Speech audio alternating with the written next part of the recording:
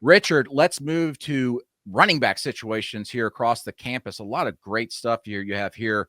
I want to look at USC. You're hearing some really good stuff about one player, right? Yeah, let's talk about Waymond Jordan, who's a JUCO running back, came into USC in January. A quote from a USC source: "He'll be a dog. We're high on him. He's 5'9". He was one of 247 Sports' highest rated players from the JUCO ranks this transfer portal cycle. It may not have elite top end speed, but his 0 to 60 is really good. He's a one cut and go type of runner." I spoke to a high school coach in Southern California who's familiar with how USC recruits running backs, and he said he's a picture-perfect Lincoln Riley-style running back, and actually reminded him of Woody Marks, who was the Mississippi State transfer the USC took last year, rushed for 1,100 yards. Multiple people in the building at USC very, very high on Waymond Jordan. That's a name to note as we head into the college football season. Elsewhere, running back room at Auburn, freshman Omar Mabson, very impressive. Sources compared him to Trey Mason as a callback, if you are familiar with the Auburn program.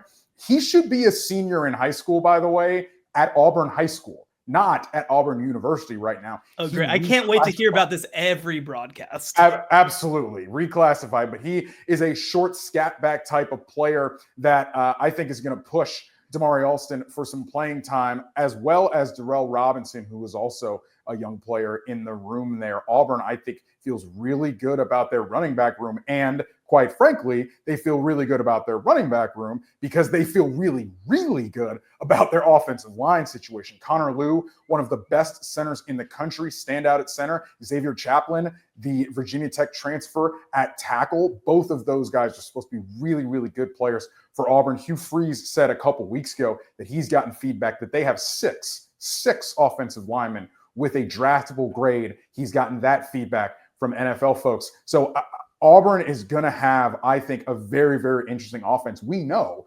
that they've got probably the best wide receiver room in the SEC with Eric Singleton and Cam Coleman. But what do they have at quarterback, Brandon? Auburn's a place you know very, very well. What do you think they're going to be on offense this season?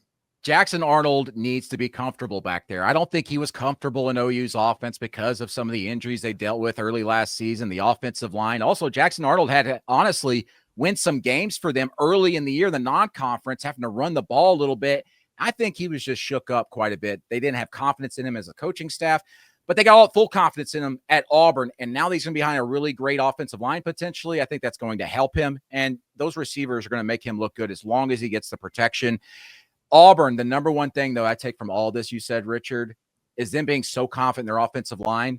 I covered them for 7 years. I haven't heard that since 2014.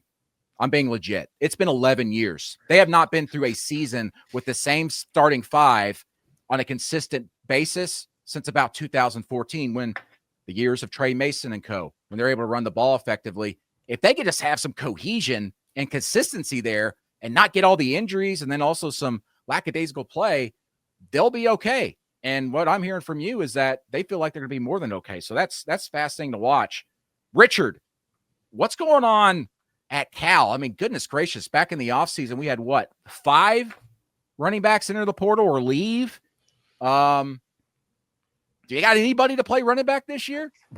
Brandon, let's go from Auburn to Cal with a Brian Harsin segue. Why not?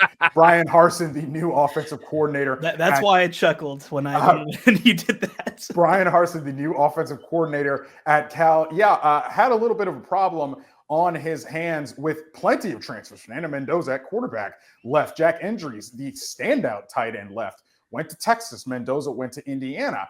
But the running back room is as ravaged a position group by the transfer portal as you will ever come across for a staff that stayed. Justin Wilcox didn't get fired. They just changed the offensive coordinator. So as Brandon stated, yes, 5 running backs left in the transfer portal, of course, including Jaden Ott, who went to Oklahoma, was a little banged up last year, but the year before was one of the best running backs in the country. Javian Thomas also left to go to UCLA. He was the guy who really toted the mail for Cal last year in Jaden Ott's absence. So I look at LJ Johnson, who's in from SMU, Kendrick Raphael, who's in from NC State, and Brandon High, who's in from UTSA, as guys who may be sharing the load in the Cal backfield. I think I am expecting a committee approach with more clarity to come in the next week or so about just how it will shake out. But there are multiple people on board on the college coaching staff with a committee approach to the backfield. It doesn't really necessarily have to be a bell cow situation for Cal. But this, to me, is one of the first things. If I'm Ron Rivera, I'm going to have to figure out how to address Ron Rivera, the new GM of Cal football, after something of a booster mutiny, now is imbued with more power as the Cal GM, because basically some influential Cal boosters during the spring looked across the bay at Stanford and what they were doing with Andrew Luck, and they said, hey, we'd like to have basically a football czar just like Luck is. So they got that power. They got Ron Rivera to have that power. Obviously, there's an athletic director change as well at Cal. So Ron Rivera is going to be running football. So there's going to be a microscope on that Cal program to me. And if they don't perform, I think Ron Rivera may be looking at making a change with that coaching staff this fall.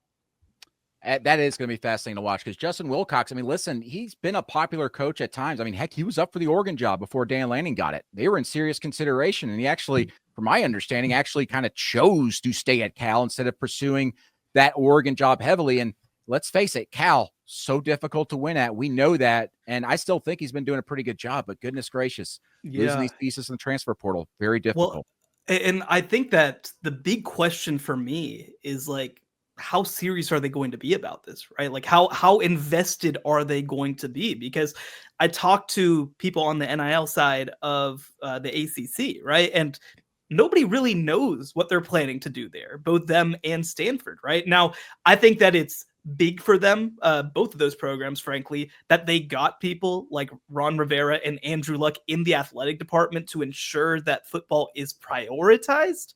But at the same time, I mean, this is a dynamic that I'm fascinated to watch, not just with Cal, but with other programs of, look, you can fire Justin Wilcox, who has, like you said, done a pretty good job. But the question becomes, are you going to invest enough in the next guy to expect better results? Now, Justin Wilcox has been there a very long time. I think that that's a conversation that probably will be had regardless. But I mean, look, Jaden Ott last year, who obviously transferred to Oklahoma, has done, he was very clear, like, I want to be at Cal. After the season, even when they lost Fernando Mendoza and a couple other key pieces, he said, I want to be here. And it was only in the spring transfer window that he said, I can't keep doing this, essentially. So while, yes, I do think that obviously the coaching staff has some responsibility for that, it's also just ultimately, does Cal want to live in the 21st century and contend with other peer programs?